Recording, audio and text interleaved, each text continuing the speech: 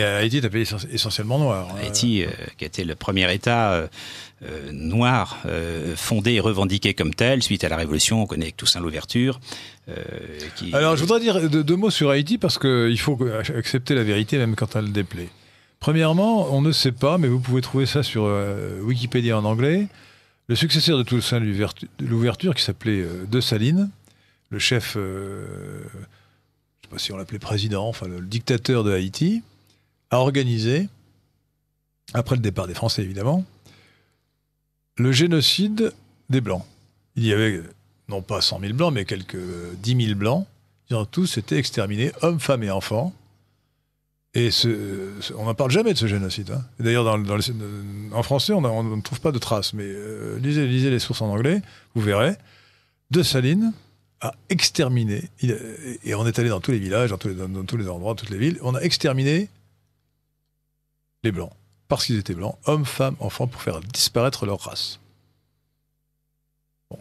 Deuxièmement, Haïti est le premier pays qui se soit libéré de l'esclavage en Amérique. Haïti est le pays le plus pauvre d'Amérique. Ce qui prouve que la libération de l'esclavage n'a pas forcément des résultats extraordinaires quand c'est pratiqué de manière, disons, rapide, anticipée et sans préparation. C'est un fait. Alors, lorsqu'on reproche à Napoléon d'avoir rétabli l'esclavage, c'est parce que en fait, l'abolition était une catastrophe. Ça avait entraîné un chaos. Et donc, il fallait le faire dans des conditions préparées, ce que n'avait pas pu faire la Révolution. Oui, d'autant plus que Haïti est l'une des 2 ou 3 nations les plus pauvres au monde aujourd'hui, et qu'en plus... J'insiste sur ce point, excusez-moi, mais le pays le plus pauvre d'Amérique est le pays où on a aboli l'esclavage le plus tôt. Voilà, c'est un fait.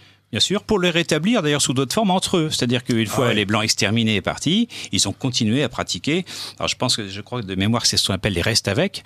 Hein, c'est l'expression que vous citez, oui. Oui, les restes avec, ce sont effectivement des personnes qui sont sous une forme d'esclavage comme une autre. Hein, c'est-à-dire que l'Haïti pratiquait l'esclavage après l'abolition.